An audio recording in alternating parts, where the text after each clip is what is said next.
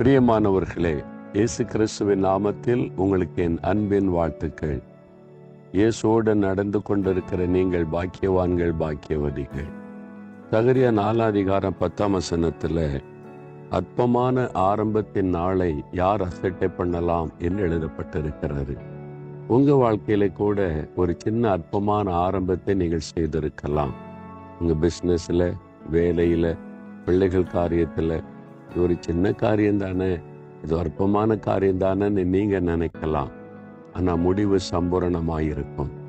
சின்ன அற்பமாய் ஆரம்பிக்கிறதை தேவன் ஆசீர்வதித்து பெருக பண்ண வல்லவர். இந்த சின்ன வேலை தானே எனக்கு கிடைச்சிருக்குது அற்பமா நினைக்காருங்க.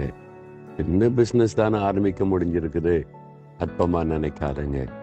ஆனா தேவன் உங்களோடு கூட இருந்தா ஆசீர்வதித்து பெருக பண்ணி கட்டாயம் மேன்மைப்படுத்துவார். அதனால விசுவாசத்தோட இந்த அற்பமான ஆரம்பத்தின் நாளை நான் அசட்டை பண்ண மாட்டேன் ஆண்டவரே. இதுல கூட ஒரு முக்கியமான நோக்கம் இருக்கிறது. இதை ஆரம்பிக்க வைத்த கர்த்தருக்கு ஸ்தோத்திரம், என்னை ஆசீர்வதிக்க போகிற தேவனுக்கு ஸ்தோத்திரம் என்று துதிங்க. முடிவு சம்பூரணமாயிருக்கும். சீக்கிரத்தில் கர்த்தர் ஆசீர்வதித்து மேன்மைப்படுத்துவார். ஜெபிக்கலாமா? தகப்பனே, இந்த அற்பமான ஆரம்பத்தின் நாளுக்காக உமக்கு ஸ்தோத்திரம். உம்முடைய பிள்ளைகளுடைய வாழ்க்கையில ஒரு சின்ன அற்பமான ஆரம்பத்தை நீர் ஏற்படுத்தி கொடுத்திருக்கிற அன்பருக்காய் ஸ்தோத்திரம். இதை ஆசீர்வதித்து பெருக பண்ணி மகிமையான ஆசீர்வாதத்தை காண செய்ய போகிற அன்பருக்காக ஸ்தோத்திரம். இயேசுவின் நாமத்தில் ஜெபிக்கிறோம் பிதாவே.